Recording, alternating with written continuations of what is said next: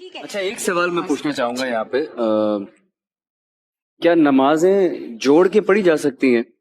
جیسے کہ ہم ظہر اور عصر ایک ساتھ پڑھ لیں، مغرب اور عشاء مغرب ایک ساتھ پڑھ لیں. کچھ لوگوں کی جاب کی نوعیت ایسی ہوتی ہے کہ وہ ٹائم پر نماز نہیں پڑھ پا رہے، تو اگر کسی کو ظہر کا وقت مل گیا ہے اور وہ چاہ رہا ہے یار میری عصر قضا نہ ہو جائے تو میں ظہر اور عصر ایک ساتھ پڑھ لوں، تو کیا یہ پاسبل ہے اسحاق صاحب؟ نماز، ہر نماز کا اپنا ایک وقت ہے. اوکے، فجر کی نماز کا وقت سورج طلوع ہوتے ہی ختم فجر کا ہو تو ایک جاتا ہے، انڈیویجول ٹھیک اپنا ہے. ٹائم ہے. ظہر کا بھی ایک وقت ہے، عصر کا، مغرب کا، عشاء کا.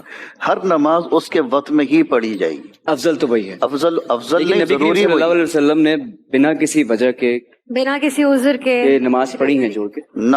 دو کبھی نہیں نمازوں پڑھی. کو ملا کے اس طرح پڑھنے کا تصور نہیں ہے، نہیں پڑھنا چاہیے. ہر نماز کو اس کے وقت میں حدیث- پڑھنا چاہیے. اسحاق صاحب یہ حدیث نہیں ہے کیونکہ میری اپنی نظر سے بھی گزری ہے کہ بغیر کسی وجہ اگر عذر اور آپ بیماری کی سفر کی کوئی مجبوری ہے، کوئی ایسا معاملہ ہے، تو ظہر کی نماز اتنی تاخیر کر کے کہ بالکل آخری وقت میں پڑھ لی اور عصر کی نماز اول وقت میں پڑھ لی، اس طرح تصور ہے اس کو یکجا کرنے کا. لیکن ظہر کے وقت میں عصر پڑھ کے فارغ ہو جانا، عصر کے وقت میں ظہر پڑھ کے اپنے آپ کو بری ذمہ ٹھہرا دینا، یہ غلط ہے. آپ کا پوائنٹ آف ویو آ مطلب گیا یہ نماز قبول نہیں ہوگی. نہ.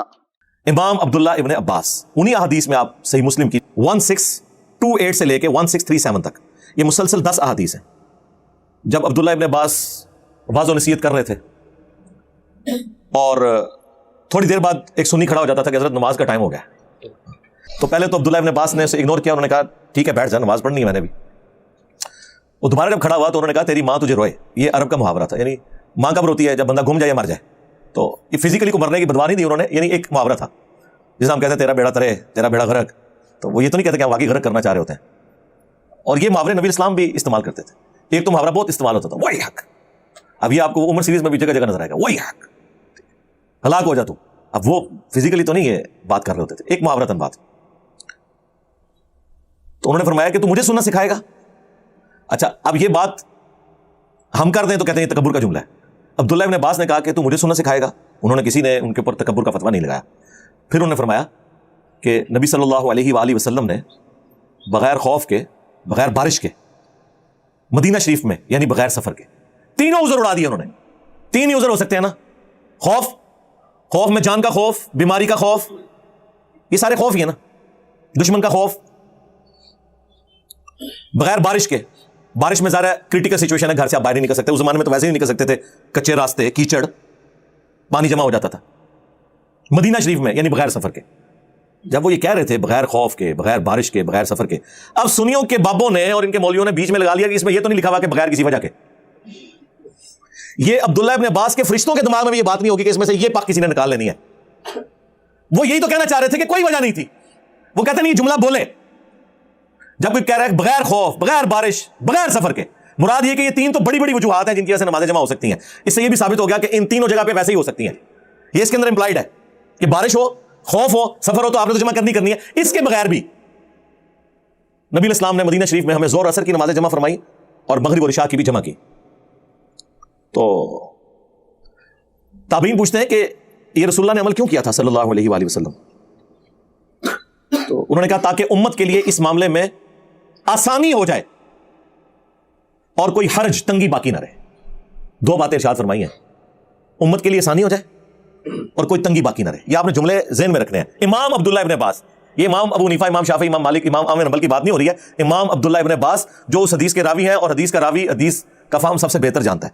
وہاں کوئی ایک اور سنی بیٹھا ہوا تھا انورٹڈ کاما میں. وہ کہتا ہے کہ جب عبداللہ ابن عباس نے یہ بات کی نا تو میرے دل میں قلق آیا کہ پتہ نہیں یہ جھوٹ مارتا ہے صحیح پہ کہتا ہے. کہتے ہیں میں چپ کر کے اس مجلس سے اٹھا اور حضرت ابو ہریرہ کے پاس گیا اور میں نے کہا دیکھیں ابن عباس کس قسم کی باتیں کر رہے ہیں، رافضیوں والی. تو انہوں نے بھی آگے سے ان کو ڈانٹا. ان کا کہ ابن عباس نے جو کہا سچ کہا. یہ تو ابو القاسم کی سنت ہے صلی اللہ علیہ وآلہ وسلم کہ نمازیں جمع کی جا سکتی ہیں علمی مجلس میں. ظاہر کنٹینیوٹی ٹوٹ جاتی ہے نا. یہاں پہ بھی آپ لوگ جب چلے جاتے ہیں تو یہاں انتظامیہ کے لوگ ہم ظہر اور عصر کی نماز کو جمع کرتے ہیں. ظاہر ہے یہ علمی مجلس ہے، بس یہ ایک ہی نماز ہے جو ہم نے یہاں جمع کرنی ہوتی ہے. پھر تو اگلی سنڈے کو یہ اکیڈمی کھلے گی، اکیڈمی بند ہو جائے گی شام کو. یہ تو ایک اسٹوڈیو ریکارڈنگ کی ہے، ملاقات کے لیے ایک بیٹھک ہے. اچھا اب اس میں نا یہ جو مسلم شریف کی حدیث ہے نا، اس کے نیچے کچھ تابعین کی آپس میں ڈسکشن ہے جو نقل ہوئی ہے، امام مسلم نے نقل کی ہے. بعض کی پھر بھی تسلی نہیں نہ ہوتی. وہ کہتے ہیں کہ میرا خیال ہے کہ رسول اللہ نے ظہر آخری وقت میں پڑھی ہوگی اور عصر اول وقت میں پڑھی ہوگی. اچھا یہ جو جملے ہیں نا وہ اٹھا کے کہتے ہیں کہ دیکھیں جی وہ تابعین اس سے مراد جمع تقدیم یا جمع تاخیر نہیں لیتے تھے بلکہ جمع سوری لیتے تھے. اور جمع سوری کو تو سارے مانتے ہیں, جمع سوری تو جمع ہوتی نہیں ہے قسم کی. زور آخری وقت میں اور اثر اول وقت میں آپ نے پڑھی تو کون سی جمع ہوئی؟ زور کے وقت میں ہوئی, اثر کے وقت میں. اور یہ وہ جمع ہے جسے حنفی بھی کہتے ہیں ٹھیک ہے. مثلا آج کل آلموسٹ جو سنت کے مطابق اثر کا وقت داخل ہو رہا ہے تقریباً 2:45 بجے. آپ 2:30 بجے زور کی نماز پڑھ لیں اور 2:45 پڑھ لیں اثر کی نماز, تو نمازیں اپنے وقت کے اندر ہے. اسے کہا جاتا ہے جمع سوری سینٹر میں. اور ایک ہے جمع تقدیم. جمع تقدیم یہ ہے کہ زور کے ساتھ ہی اثر ملا لی جائے.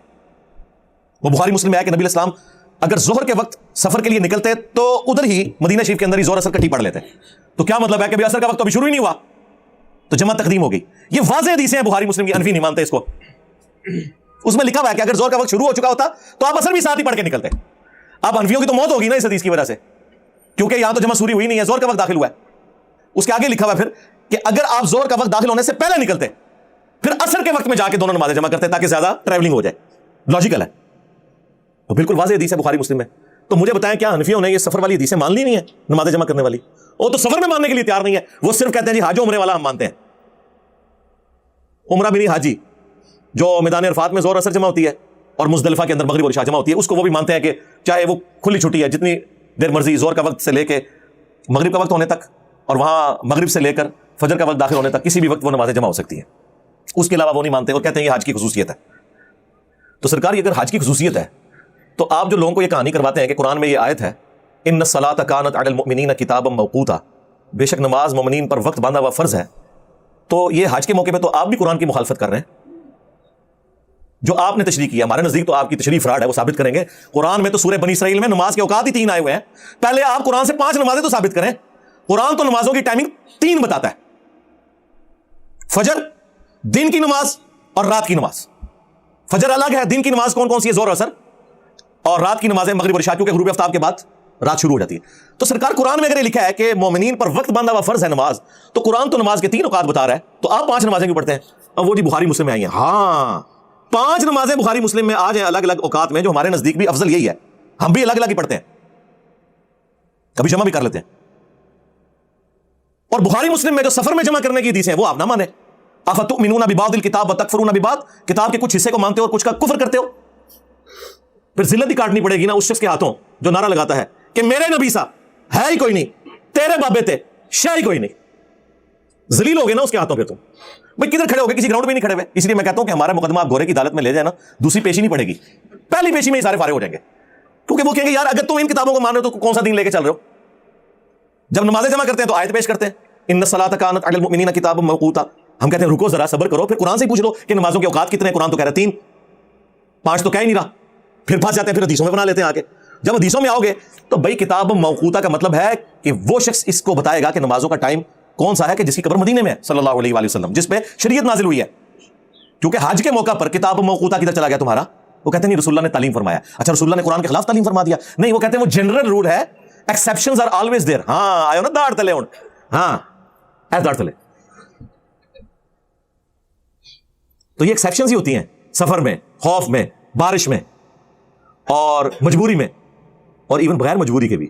ویسے بغیر مجبوری کے تو دنیا میں کرتا بھی نہیں ہے, کوئی نہ کوئی وجہ ہوتی ہے نا. کسی نے کسی شادی میں جانا ہوتا ہے, کسی نے کوئی میٹنگ اٹینڈ کرنی ہوتی ہے, تبھی وہ جمع کرتا ہے نا. کوئی تھکا ہوا ہوتا ہے, کسی کو پتا ہوتا ہے بعد میں مجھ سے ٹائم مینیج نہیں ہوگا, چلو میں ابھی پڑھ لوں. تو کسی نہ کسی درجے میں تو ہوتا ہی ہے. تو یہ بھی آپ کی بات غلط ہے, مجبوری تو ہوتی ہے, نہ بھی ہو تب بھی آپ کیسے حکم لگائیں گے؟ تو وہ تابعین کی ڈسکشن لے کے آتے ہیں, اور تابعین کہہ رہے تھے ہو سکتا ہے کہ وہ رسول اللہ نے زور آخری وقت میں اور اثر اول وقت میں پڑھی ہو. یہ سرکار یہ جو تابعین بیان کر رہے ہیں وہ اپنی رائے بیان کر رہے ہیں. عبداللہ ابن عباس نے تو سیدھا فرمایا کہ رسول اللہ نے ایسے اس لیے کیا تاکہ امت کے لیے تنگی باقی نہ رہے اور آسانی ہو جائے, کوئی حرج باقی نہ رہے. یہ آسانی کا لفظ جو ہے نا بتا رہا ہے کہ نبی الاسلام نے کوئی اسٹاپ واچ آن نہیں کی ہوئی تھی کہ بس 10 منٹ رہ گئے, ٹائم داخل ہونے والا ہے, جلدی جلدی وضو کر لو پھر نماز جمع کریے. تو یہ کون سی آسانی ہے؟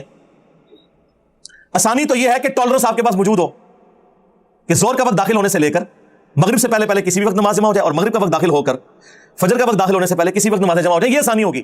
ورنہ مجھے بتائیں, یہ جو کہتے ہیں کہ نبی الاسلام نے نمازیں جمع کروائی, تو آپ ذرا مجھے ایمانداری سے بتائیں کہ جب نبی الاسلام نے مغرب کی اذان دی ہوگی تو ساتھ یہ اناؤنسمنٹ کروائی ہوگی نا کہ یار مغرب کی اذان ہونے لگی ہے لیکن 1.25 گھنٹہ انتظار کرنا ہے, جیسے ہی شام میں 10 منٹ رہ جانا سارے نے آ جانا ہے تو میں پھر کٹھیاں کراواں گا.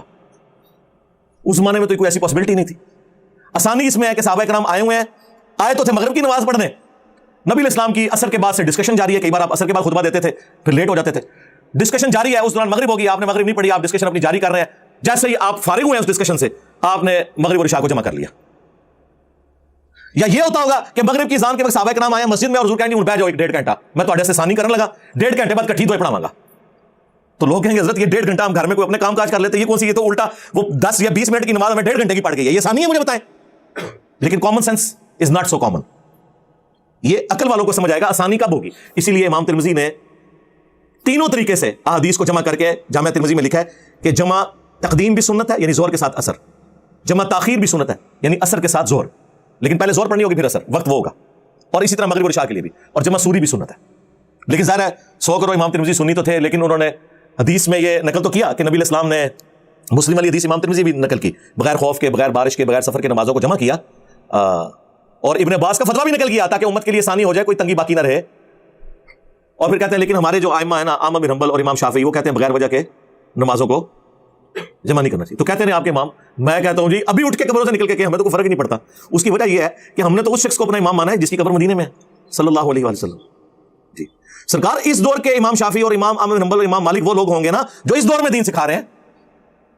اس دور کے لوگ اس زمانے میں ہوتے تو اس زمانے میں وہ امام شافعی امام احمد بن حنبل ہوتے. ٹھیک ہے, جس طرح میں نے عذرائے تفنن کئی دفعہ کہا ہے کہ آپ نے اگر اس دور کا کوئی انجینئر محمد علی مرزا دیکھنا ہے نا تو امام مسلم کا مقدمہ پڑھیں, حدیث کی صحت کے حوالے سے وہ کتنے اسٹرکٹ ہیں. اور یہ تفنن کے طور پہ ہے, میں تو اس کو بے ادبی شمار کرتا ہوں. ہاں میں یہ کہتا ہوں کہ اس دور میں اگر امام مسلم کا کوئی جانشین دیکھنا ہے تو ہمیں دیکھ لیں. وہ تو زمانوں سے کیا فرق پڑتا ہے میرے بھائی, سب فالوور ہیں. امام وہ ہے جس کی قبر مدینے میں صلی اللہ علیہ وسلم. یہ سارا یہ بابا پرستی کی وجہ سے تو سارا جنازہ نکلا ہے. اس حوالے سے ایک اور حدیث جو پیش کی جاتی ہے نا, امام ترمذی رحمۃ اللہ علیہ نے اس حدیث کو خود ضعیف لکھا ہے جامع ترمذی کے اندر کہ جس نے بغیر عذر کے 2 نمازیں جمع کی تو وہ گناہ کبیرہ کا مرتکب ہوا. یہ حدیث المستدرک للحاکم کے اندر بھی ہے اور فضائل اعمال کے اندر بھی شیخ زکریا نے نقل کی ہے روایت, اور اسے اپنی حنفیت ثابت کی, لیکن نیچے انہوں نے عربی میں لکھ دیا کہ ضعیف ہے. ہاں یہ کام ڈالتے ہیں یہ لوگ. تو یہ نمازیں جمع کرنے میں آسانی اسی وقت ہوگی جب آپ کے پاس ٹالرنس موجود ہو. لہٰذا سفر میں کرنی ہے یا حضر میں کرنی ہے, بارش میں کرنی ہے یا خوف میں کرنی ہے, کسی وجہ سے کرنی ہے یا بغیر وجہ کے کرنی ہے, نمازیں بہرحال 5 ہی رہیں گی, البتہ وہ جمع ہو جائیں گی. اہل تشیع نے اپنی روٹین بنائی ہوئی ہے نمازیں جمع کرنے کی. ان کی فقہ میں بھی لکھا ہوا ہے کہ نمازیں ہمیشہ جمع کرنا یہ افضل نہیں ہے. رسول اللہ کا عمومی عمل کیا ہے, 5 نمازیں الگ وقت میں پڑھنا. ہم جواد نقوی صاحب حافظہ اللہ تعالیٰ کو جب ملنے گئے عروۃ الوثقیٰ کے اندر, میں نے زور اثر کٹھی جمع کی مسجد کے اندر, وہ زور پڑھ کے باہر نکل آئے اور انتظار کر رہے تھے میرا, اور میں سمجھا شاید ہماری وجہ سے انہوں نے کیا کہ چلو مجھے سنی ملنے آیا ہے تو میں نماز الگ پڑھوں. تو ان کے ساتھی بتانے لگے نہیں, یہ اثر جو ہے نا وہ بعد میں پڑھتے ہیں, یہ نماز الگ وقت میں پڑھتے ہیں, یہ جمع نہیں کرتے ادھر. وہ کہتے ہیں میرے لیے کون سا مسئلہ ہے, میں تو بعد میں پڑھ سکتا ہوں نا, چلو بچوں کی تعلیم کا حرج ہوتا ہے اور انہوں نے روٹین میں جمع کی ہوئی ہے.